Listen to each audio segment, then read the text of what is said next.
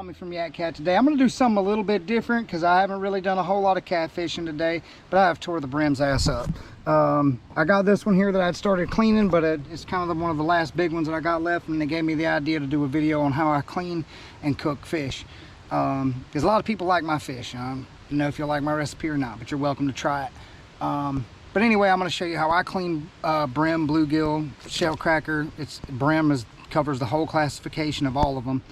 So I'm going to show you how I clean those and what I do to cook them. But anyway, here it is. All right, so I kind of already got started with this guy here a little bit, but you want to clean your scales off. All right. Now, when I was a youngin', I used to get in trouble if I left scales down here. See all this area right here? I used to get in trouble for that. Well, I want you to know, Dad, I wish I knew what I know now, because I'd have told you to kiss my butt about them scales. But anyway, so you just get it cleaned off. You ain't got to worry about them too much up here on the belly. Just pretty much from where the fin is right here, between this and this, about up to there.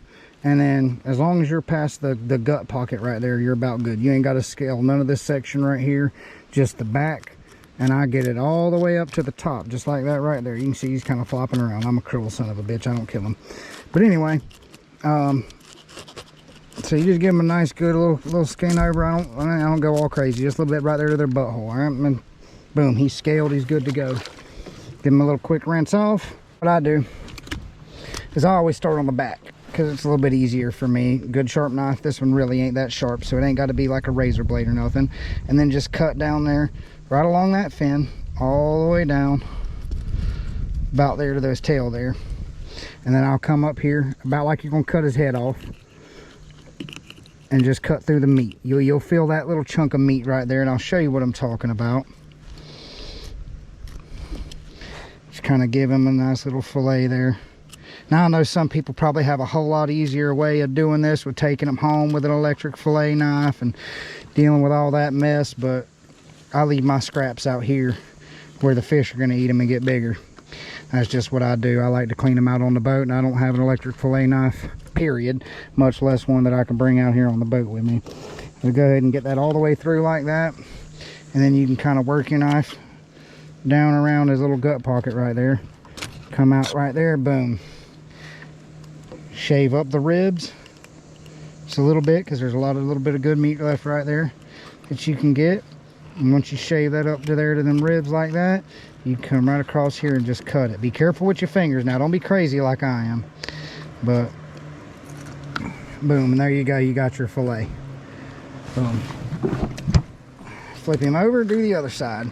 Like I said, I start on the backbone. You're right on through there just like that. I probably won't talk as much because there's people. But anyway, just kind of slide your knife right across them bones. And just like that. Run it back through, right along the rib cage, do your cut through the meat. And you see that what I'm talking about right there with that meat. I missed a little bit there. See what I'm talking about there? You just want to cut through that meat. And go up on your rib cage. And finish the fillet out on the bottom there.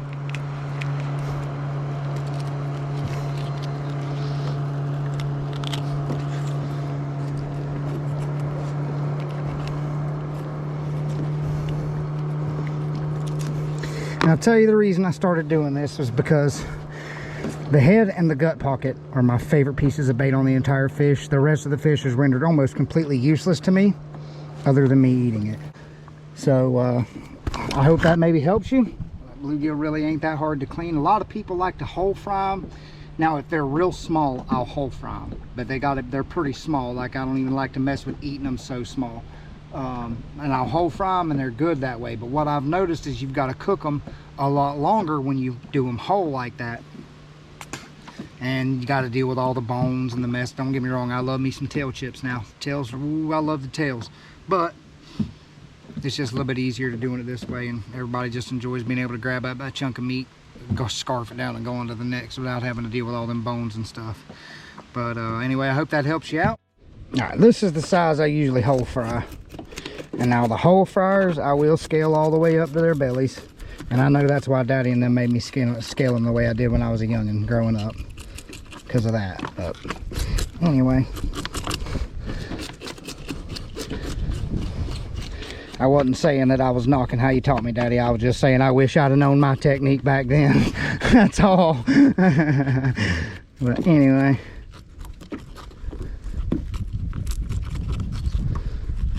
Because I know that there was a reason and a place for it. And then you just come through, circle, cut his head right off. Boom. Then what I do is I take and just cut that whole little chunk right there off just like that. Rip that gut out. Nice clean inside there like yonder. Woo woo. Now, if you do want to kill your fish before you clean them, this is how you do it. So you got his eye right here, and you got their big bump right there. Well, right in back here behind their eye is their brain. So what you want to do is you want to stab in kind of at an angle going towards his eye, and then give it a little twist. And bam, he's done. Just like that right there, that quick. No flopping, no flipping, he's dead. And then you can scale and clean away. And that is clean right there. That is fillets for days right there, I tell you what. Just wanted to give another shout out to Mike, man. This little bait rod, man, is something else, bro. Like my hookup ratio on this thing, the way the fight feels, bro, like you could not have done a better job on that rod. Thank you so much, man. That thing is so freaking sweet. It looks so awesome. All right, so we're gonna use 1 cup of all-purpose flour, dash it with a little bit of salt, depending on how much you like. I like a little bit of salt in mine. Plus, that's a lot of flour.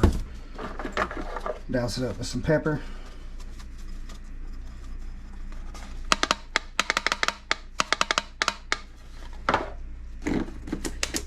And some Old Bay. A good bit of Old Bay. And then that's some pork. And mix that up real good. And then once you got that kind of mixed up into a steady consistency, all your seasonings is in there. And move on to your eggs. 2 eggs. A little bit of milk. I don't add any seasoning to my eggs. If you want to feel froggy and go and add some seasoning to your eggs, by all means. And then mix your eggs up just like you would if you were making some scrambled eggs.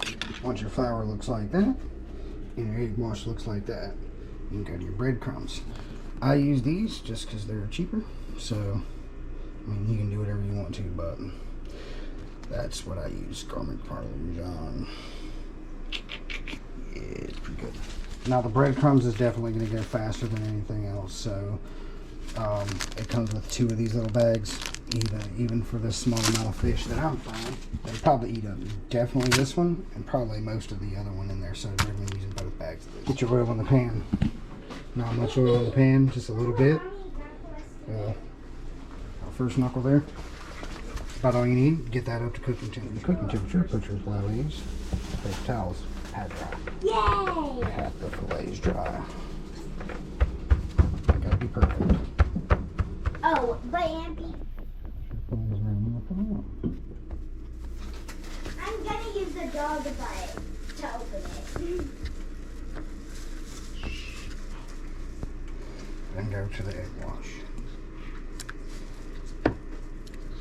I'll hold it by the little thin part there at the end because it's not really that big of a deal if that doesn't get super breaded.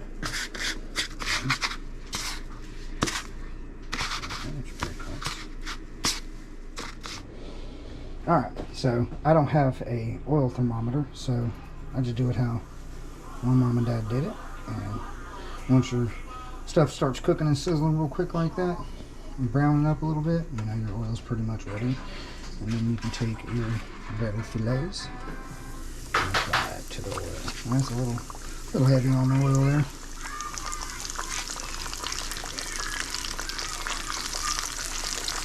And then let them fry. And then once they're that pretty color golden brown, start munching on the rack to strain and dry. And then when you're done,